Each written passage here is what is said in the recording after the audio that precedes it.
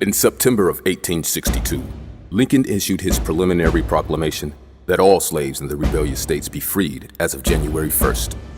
From 1866 and 1867, 2,000 pages of handwritten documents of the burials of the Civil War soldiers that were brought here to this cemetery is incredible.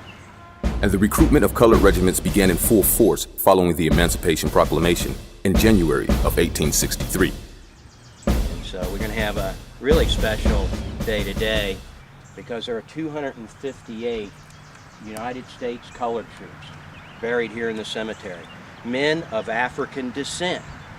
238 of them are in unknown graves. Right here in the first 4 rows in this area.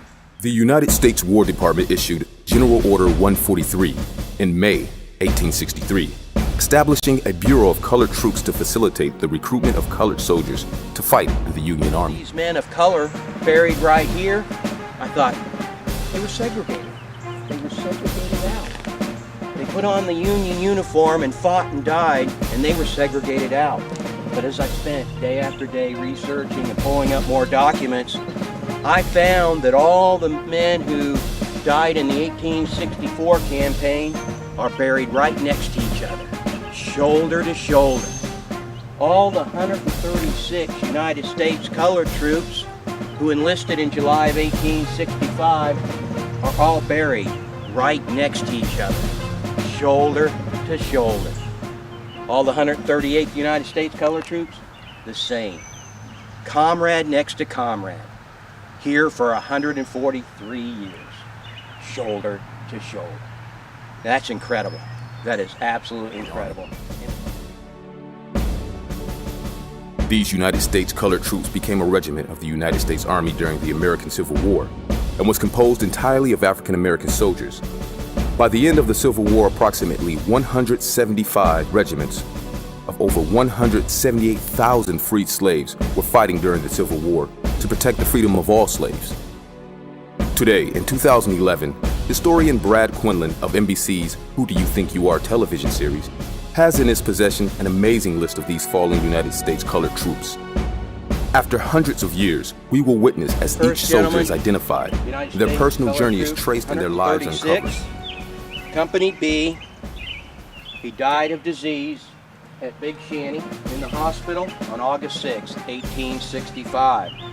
He was buried 300 yards from the hospital, 15 feet on the east side of the Western Atlantic Railroad, in a grave with 31 white troops.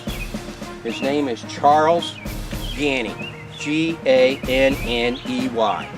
Originally buried in grave F492. Today he's in grave F4951. Take an amazing journey as their stories are reenacted through their authentic slavery documents, personal letters, and day-to-day journals of their combat and struggle until their death or their triumph. Relive their days in an emotional dramatization of the true stories of these unsung heroes that gave their lives for freedom.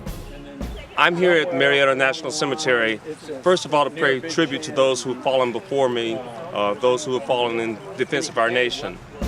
After 145 years, we will personally identify these men and share their journey in history, from slaves to soldiers, generations beyond the glory.